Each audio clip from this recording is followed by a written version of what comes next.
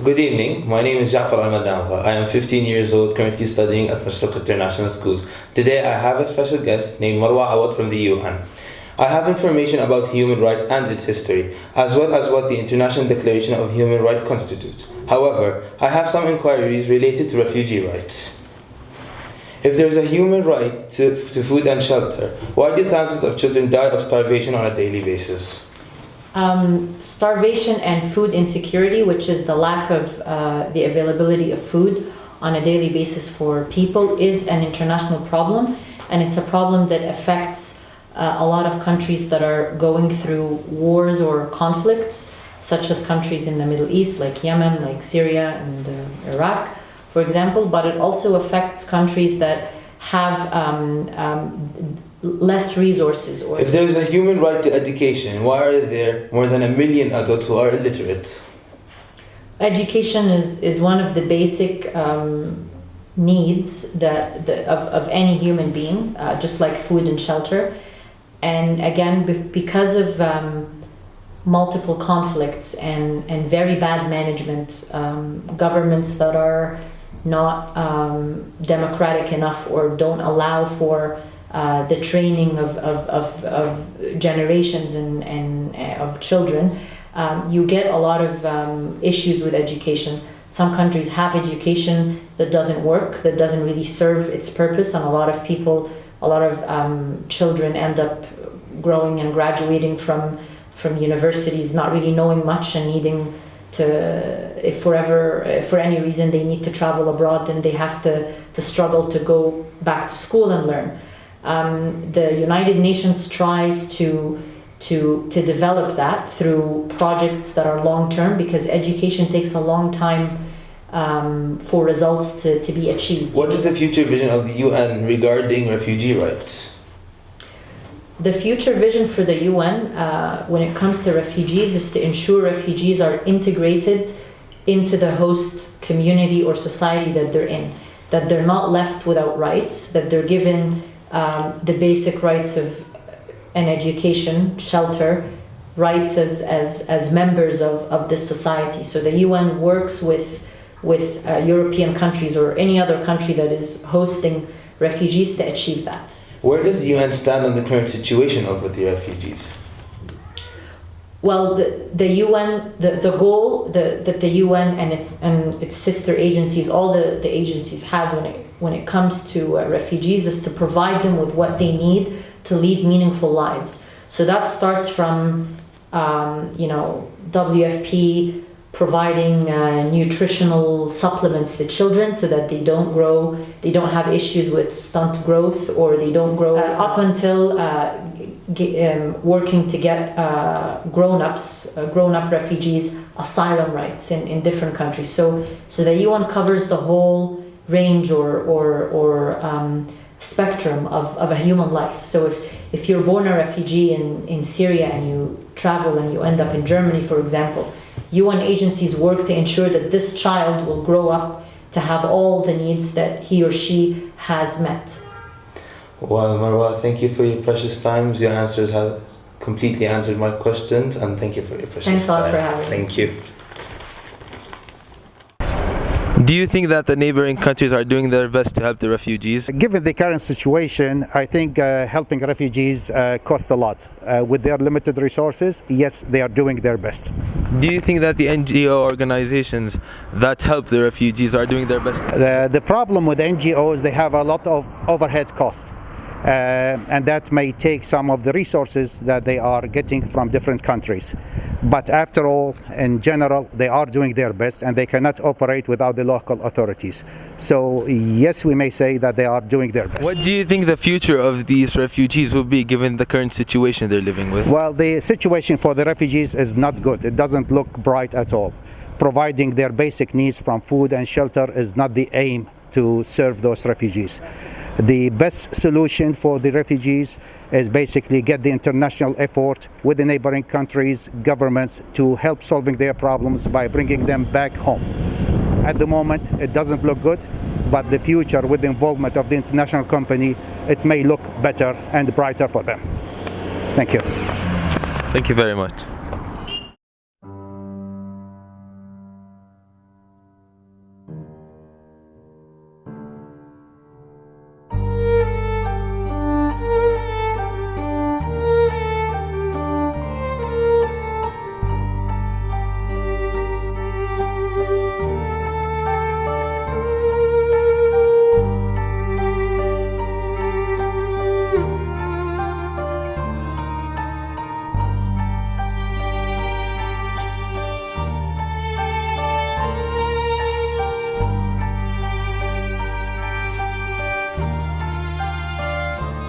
هذا ايه مش بيتش هذا هو هذا طب غزوان ما هذا يسافر له ايه وكذا روح شكرا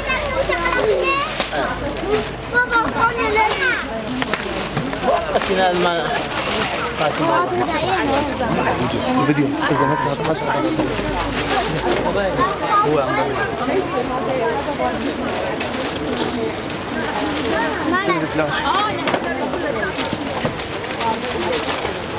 ايوه دي منظر ايوه هو عم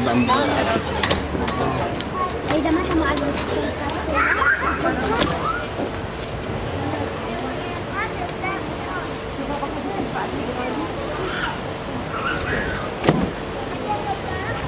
موسى نجيب سجاد ونجيب السجاد جبناها لا السجاد كافي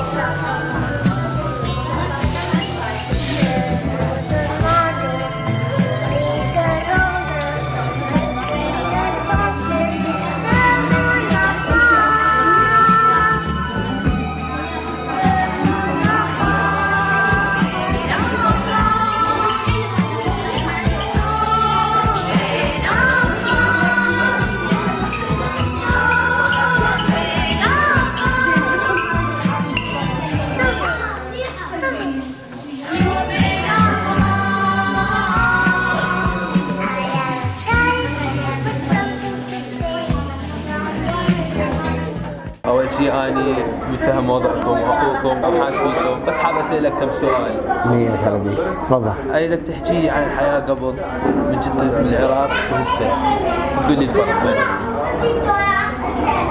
والله الحياة قبل وين يعني هسه شلون تقيس الحياة قبل؟ يعني عيشة وبيت ولمة وأصدقاء وأحباب، وهسه أنت قاعد لك بكرفان وست نفرات ب4 أمتار ونص، شلون تقيس؟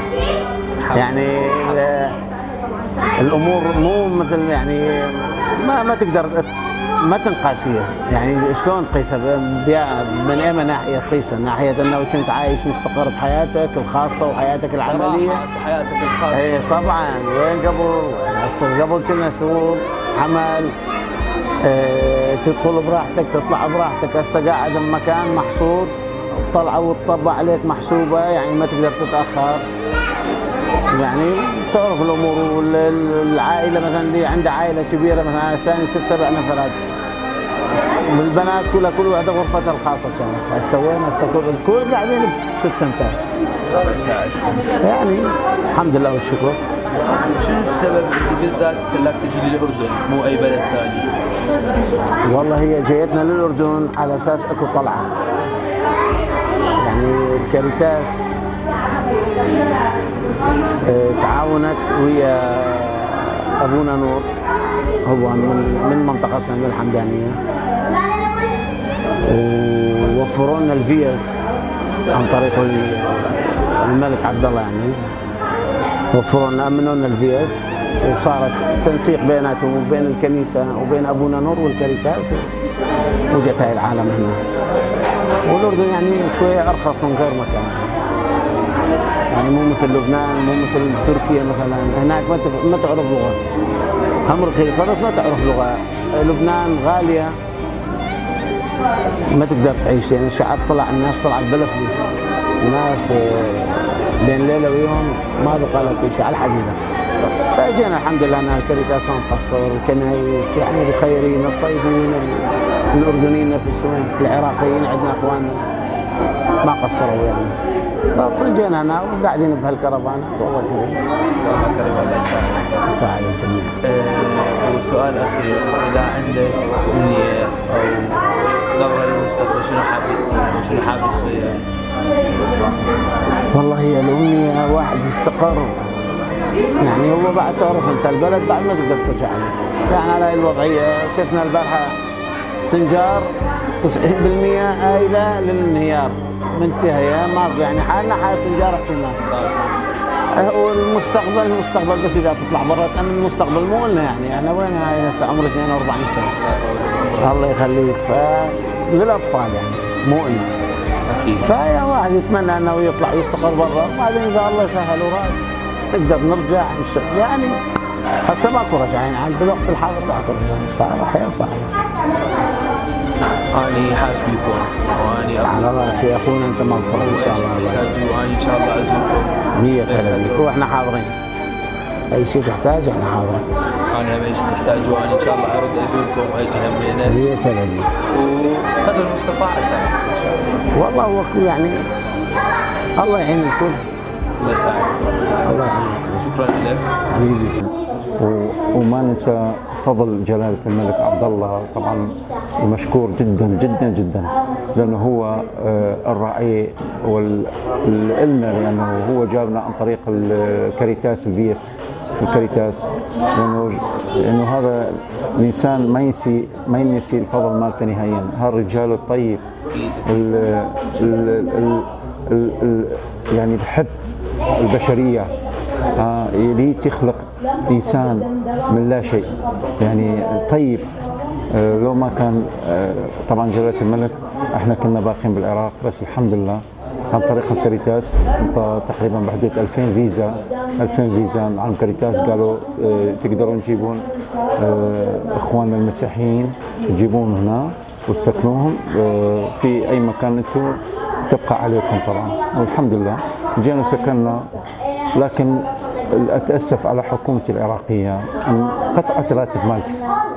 يعني أنا خدمة 25 سنة، يعني قطعت راتب. ليش؟ سبب شنو؟ أنا هل مو خوش إنسان حتى تقطع راتبي؟ لا بالعكس، حقي هو أنا عندي خدمة من 92 ولحد الآن كنت أخدم بلدي. أنا اضطريت أن أترك العراق، مو كيفي هو، لكن أخذت ولدي وخفت عليهم وجيت على الأردن، بلد الأمان والأمن والاستقرار اللي شفنا به، وبلد حلو، ناس طيبين بشكل يعني صراحة أخلاقهم حلوة جدا. وحياة أعيشها حاليا هنا بالأردن الحمد لله. ما يحسون فرد إنسان غريب بالأردن، لا بالعكس، وكانوا أنا عايش منطقتي. أشكر هاي العائلة الطيبة اللي قدمتنا هالشيء الحلو. هو شيء صغير لكن هو بعيننا كبير بشكل، لأنه هاي زيارتهم حتى لو بيت فارغة كنا نفرح، لأنه أكو عراقيين يشعرون بأخوتهم العراقية. اي طبعا اكيد ثاني اكيد. تسلم الله يوفقك ان شاء الله بدراستك، والله يوفق والده وكل عائلتك، واذا عندك اخوه كذلك يوفقون. وهذا يرجع الى فضل من ربنا ان نشوف هيك ناس طيبين حلوين مثلك، ودلاله على شلون ارجع على كلامي على التربيه اللي ربيتها انت. يعني مو بس تعليم، لكن اكو تعليم بس ما له تربيه، لكن انت في نفس الوقت عندك تربيه ومن ثم التعليم. شكرا زميلي، والله يوفق اهلك ان شاء الله وتشوف كل الخير. تسلم.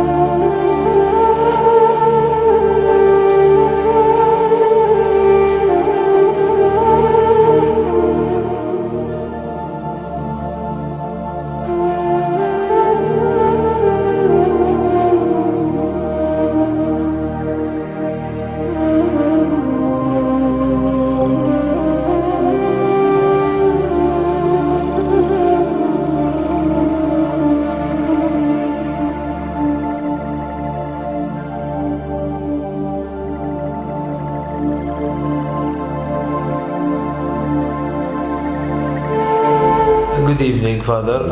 I have some questions today, including my personal project that I'm doing for school. The first question is, do you think that the neighboring countries are doing their best to help the refugees? First of all, thank you for your interest in the refugees issue. I think that you are adding something positive. As a young man in the school, you will tell your colleagues and your peers, and you will tell people about this tragedy of the refugees in Jordan and around. And now the question if all the countries are doing their best. I think they are doing their best, but it's not enough. You see, in Jordan we have around 1.5 or 1.6 Syrian and Iraqi refugees, and you know the cost of hosting such number of people since 4 years is too big for the government of Jordan, and the economy of Jordan is down, and the capacity of the government is limited. But I see that many organizations, local NGOs, Christian, Muslim, all kind of organizations, they are helping the government to face this challenge. And I think the minimum necessities for life, to keep them in good condition, are there. But their situation finally is not so good because it's not their country. And these refugees, they lost their homes, their businesses, their jobs, and even their memories. They lost everything. And they lost their roots. They are without roots in Jordan.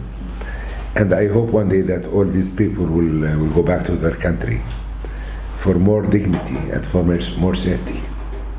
What about the NGOs that serve the refugees? Do you think they're doing their best to help them? So they are doing their best, but as you see in the refugees camp in our church here, they are living in caravans. They are sleeping in caravans, but for their daily life, I give to them the ground floor of the church, which is the dining room. They have toilets, good toilets, shower rooms, and kitchen. But for sleep, they have no space. They are obliged to stay in caravans, and it is very, very cold during winter time, or very hot during summer time. So we are doing what we can. We share with them. They are our brothers and sisters. As Iraqi people, they are brothers and sisters, and they are guests of Jordan. And we are doing our best. But I think we can't meet the total needs of the refugees. You see, we can do something. But I think the best solution for the refugee issue is not just to give them food and shelter, is to help their countries to be a safe haven for them and to go back to their countries. The best choice is that these people will go back to their countries. It could be Iraq, Syria, and other countries, and to be happy in their country, and to build up their countries as it is destroyed. And these countries, they need their skills and their love to build up their countries, such Syria and Iraq. In your opinion, what do you think the future of these refugees would be given the current situation they're living with? I think they will not remain in Jordan. Perhaps a few of them will remain in Jordan. But I think the majority will go back to their country. Or if they insist to choose another country to live, it will be not Jordan, sure. Because in Jordan, they are not too much future for them. They can't work in Jordan as refugees. But if they go to some countries with best economy and better economy, they can work there, such Germany or Europe or United States. But I think very few will remain in Jordan. They will go back to their countries whenever the solution is there and the situation is stable and the situation is safe. They will go back to their country, as everybody loves to stay in his country. I think most of them, they will go back to their countries, or some of them they will try to find asylum in any country in the world. Well, Father, thank you very much for your time. Thank you for answering my questions. My congratulations for you are doing for the refugees, and I think with the most important is a human sense, a human feeling that you have, and you share with them. Thank you very much for your time. Thank you. Good evening, my name is Al-Madamgha. I am 15 years old. I go to Mashriq International School. As you all know, this is the end of my personal project. This caught my attention due to it being a catastrophe we live with today. We started off by me meeting a UN agent, interviewing her, reflecting about the refugee and the situation they're living with. And then I went off and talked to people around the country. I needed some info about how they're thinking of them and what the situation is with them. And then I went and visited them in the church. I didn't go empty-handed. I went with donations, toys, clothes, all they needed. I talked to them, I saw how they were living. Sadly, they were living in caravans with limited amount of food and water. I didn't just sit with them and talk with them, I felt their agony and their pain. I hope this video, this entire project, will give the people something to think of and will give them a clue on how to help them. Thank you.